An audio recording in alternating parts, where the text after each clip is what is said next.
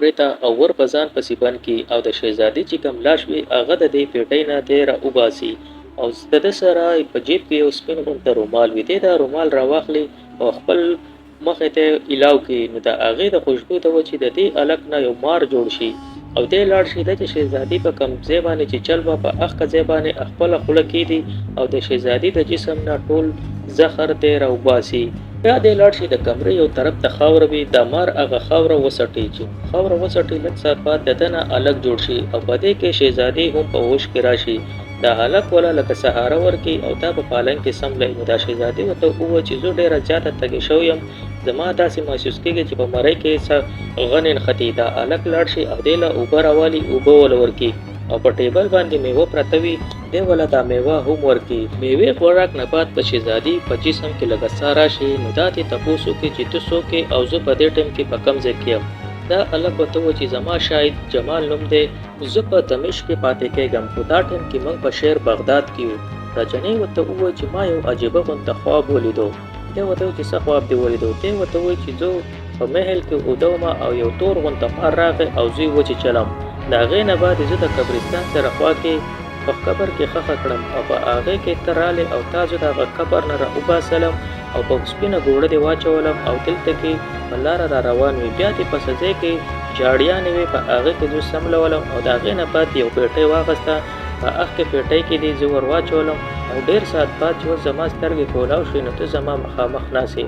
دا هلک چې دی شهزادي ته وګوري دی ډېر حیران شي چې دا خو هر سره منظر دی جنۍ داسې لیدو لکه چې دا یخه وي شاهد د ډېرې حیرانۍ نه د دې شکل ته ګوري دا شهزادي دې تپوس وکړي چې دا راته ووایه چې زه په دې ټایم کې په خپل محل کې یم که په بل ځای کې یم دا هلک ورته وویل چې شهزادي تا چې کوم خواب لیدو دا حقیقت دی ولې چې ته په خپل محل کې اوده وې او ته یو مار وچیچلې د هغې نه بعد ستا پلار ته په قبر کې خښه کړلې او ما ته پته وه چې یو سړی چې مار وچیچي نو هغه 3 ورځې بعد مړ کېږي نو د دې د وجې ما ته د هغه قبر نه راوباسلې او دلته کې مې راوستلې دا شهزادي دې تپوس وکړي چې ته ما څنګه پیژنې دی ورته وویل چې زه د بغداد غل یم زه یو ځل ستا محل ته ایرې پټولو له راغلم نو زما په تا نظر شو شهزادي د دې هلک نه تپوس وکړي چې ته مار څنګه جوړ شوی ته څه جادوګر یې اخر دا څه ماجره ده دا هلک ورته وویل چې زما سره یو رومال دی زما پلار چې کله مړ کېدو د هغې نه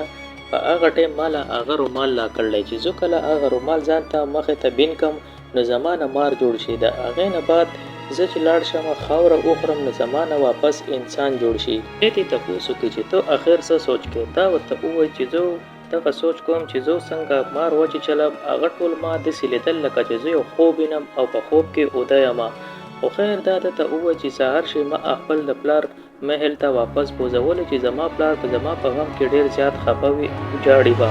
دې ورته ووایي چې ما ته د هغه ځای نه خپل د ځان دپاره راوښتي او اوس اوده شه سهار به بیا نورې خبرې کوو او ستا د پلار محل ته اوس هېر کړه شهزادي درته ووایي چې زه یو شهزادي یم زه څنګه د یو معمولي چور سره زندگی تیره کړمه شاهد ورته ووایي چې اوس به ته زما سره پاتې کېږې او د دې ځای نه د تښتېدو سوچ چې دی هغه د زړه نه وباسه که تا د تښتېدو کوشش وکړو زه به تا ژوندی نه پرېږدم او یا تا د چا مدد واخیستو نو زه به تا ژوندی چېرته هم نه پرېږدم ولې چې ما ته د ډېر مشکل سره خپل ځان لپاره دلته کې راتښتولي د دوی په دې خبرو کې نظر شي نو مور چې کوم په ټیبل باندې تاوس پروت وي هغه یودم په ګټه باندې شروع شي پوره کمره به د ایرې د رڼا د وجې په چمکاوېدو باندې شروع شي لږ ساعت بعد دا مور نه هغه ایره راټوپ کړي او دا مور غلی دغه ځای کې واپس ودرېږي دا هلک شاهد پاسې چې دا ایره راواخلم خو دا شهزادي ورته ووایي چې په قلاره کښېنه پردی شی دی او پردي شي ته لاس مه وراچوه چې د چا ایره ده هغه به پخپله را اخلي او په دې مور کې به واپس لګوي لږ څه حد بعد دا شهزادي اوده شي او د هلک ښه کافي ټایم پورې ناستي دی وایي راشه د ځان نه مار جوړ کړه د دې حویلې جایزه خو واخلم چې آخر په دې حویلې کې څه دي دی رومال را وباسي او د هغې هوا مخ ته وکړي د ده نه مار جوړ شي دی راوځي د کمرې نه د ټولو کمرو تالاشي واخلي یوې کمرې ته ځي په هغې کې ډېر قیمتي سامانونه پراته وي دې خبره یو کمره وي دی هغې ته لاړ شي چې دی وګوري په هغې کمره کې هېڅ هم نه وي خو هر طرف ته پکې انسانانو کوپړی او هډوکي پراته وي دی چې دا منظر ویني دی ډېر زیات حیران شي بل طرف ته دا سوداګر ناست وي او دا یو تور اوږد غونته کوټ اچولی په دغې ټیبل باندې یو لیمپ لاټین پروت وي دا لاټین نه توره رڼا راوځي دا سوداګر چې مخامخ وګوري په شیشه ده ته د تاوس هغه مورتي چې کومه وي ډېر ښایسته غمې وي هغه ښکاره شي شاهد چې کله دا ټول منظر ویني دی سوچ وکړي چې دا سوداګر نه دی بلکې دا یو ډېر غټ جادوګر دی او ښه ده چې هغه ایره ما روان اغسته که هغه ایره ما راغستی پته نه لګي چې زما سره به څه کېدل د دې نه بعد دی راوځي د دغه کمرې نه او د شهزادي کمرې ته لاړ شي او لږه خاوره وخوري نو د ده نه واپس انسان جوړ شي دی دغه دروازه د شاته نه ښه ټیټه بنده کړي او د شهزادي خوا ته لاړ شي ښکته په ځمکه باندې سملي چې راشه چې څه کېږي سهار به ورسره بیا ګورو چې دا څه ماجره ده اخر دا جادوګر خو ډېر خطرناک انسان ماته ښکاره شو چې سهار شو دا شهزادي ته دا ټوله ماجره سنا کړه چې دا خو جادوګر دی او موږ له به څه طریقې سره د دې ځای نه وتل پکار دی که نه دی خو به زموږ له څه نقصان راکړي شهزادي ورته وویل چې او که نه زه خو هم دلته کې پاتې کېده نه غواړم موږ به سهار وختي ټیم دی چې د دې ځای نه د سوداګر نه اجازت واخلو او خپل بغداد ته ځو دا شاهد چې تله جواب ورکوي په دې کې سوداګر راشي او دوی ته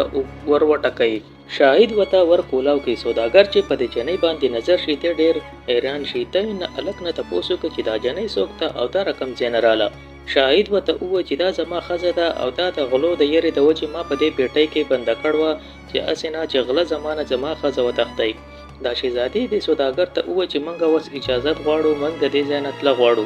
سوداګر ورته وویل چې زما محل ته چې څوک راشي هغه 3 ورځو نه مخکې زه نه پرېږدمه تاسو ناشته ماشته وکئ او که تاسو تنګ شوي نو زما باغ ته لاړ شئ په باغ کې په سیر وکئ ولې چې ډېر ښایسته باغ دی تاسو به په خوله ولګي او خوشحاله به شئ پکې د دوی دپاره یې ناشته راولېږله په هغې کې شیدو او د سیب مربا او نور ښایسته خوراکونه وو او دا شهزادي دې هلک ته وویل چې ما ته ښکاري چې دې کې به یو شی هم د جادو نه بغیر نه وي که چېرې دا موږ وخوړو هسې نه چې په موږ باندې جادو وشي دا هلک ورته وویل چې او ته رښتیا خبره کوې دی دا هر سره راواخلي او خالي صندوق ته یې ور واچوي په دې کې دا سوداګر راشي او دې د ځان سره دو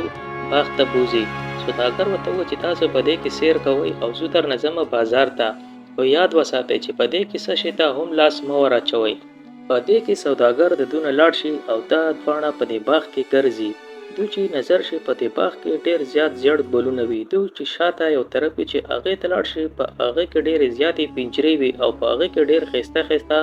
مرغۍ بندې وي دا شهزادي دې تپوس وکړي چې دا خو ډېرې ښایسته مرغۍ دي دا هلک ورته وویل چې دا خو یو جادوګر دی او د جادوګر دپاره دا مرغۍ حاصلول څه ګران کار خو نه دی په دې کې په پنجره کې یو سپینه غونته مرغۍ وي او هغه دوی ته وویل چې زموږ مدد وکړئ دا شهزادي ډېره حیرانه شي او د دې مرغۍ نه تپوس وکړي چې ته خبرې هم تاسو کولی شئ دا مرغۍ ورته وویل چې موږ مرغۍ نه یو موږ انسانان یو دا څومره پنجرې چې تاسو ته ښکاري په دې کې ټول انسانان دي په دې کې یو بله مرغۍ د دې شهزاده نه تپوس وکړي چې تاسو د دې سوداګر څه یئ دوی ورته وویل چې موږ د سوداګر هېڅ هم نه یو د هغه میلمانه یو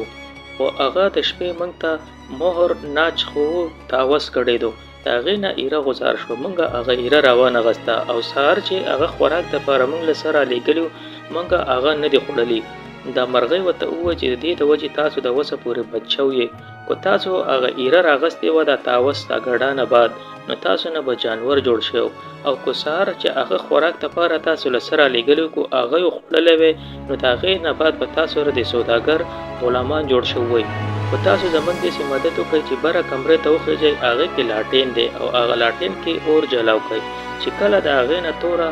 لوګی را وخېږي نو تاسو هغه لاټین په هغه ټیم کې مات کړئ نو موږ به د دې پرندو نه انسانان جوړ شو شاهد او شهزادي خپلې کمرې ته واپس راله شهزادي په کمره کې اوده شوه او شاهد به رالاړ په کمره کې دې ټیم کې هېڅوک هم نه و هغه لاټین جلا کړو د هغې نه چې څنګه تور لوګی راووتو شاهد هغه ځمکې له راواچو او لاټین یې مات کړو په دې کې چې شاهد خپلې کمرې ته واپس راغی د شهزادي سره په کمره کې یو ډېر ښایسته هلک وي او په هغه ټیم کې امور غیب شوی وي شاهد د دې جنۍ نه تپوس وکړ شهزادي نه چې دا هلک څوک دی نو جنۍ ورته وویل چې دا په ټیبل باندې چې کوم مور پروت و تاوس دا هغه تاوس خو غیب شو خو د هغې نه بعد دا هلک جوړ شو دا شاهد دی چې نه ته وګورئ چې زموږ باغچه کې چې کوم خلک وو کېدای شي د هغو نه انسانان روغ شوي وي دې ځل راشي چې باغچې ته وګورئ او ګلونه چې کوم زیړو د هغو رنګ هم بدل شوی وي او د ده طرف ته یو غټه مجمره روانه وي د سړو دی چې وګورئ ته پوه شي چې یقینا دا هغه پرندې وي چې کوم د جادوګر پرندې جوړې کړې دا ټول راشي او د تا ډېره شکر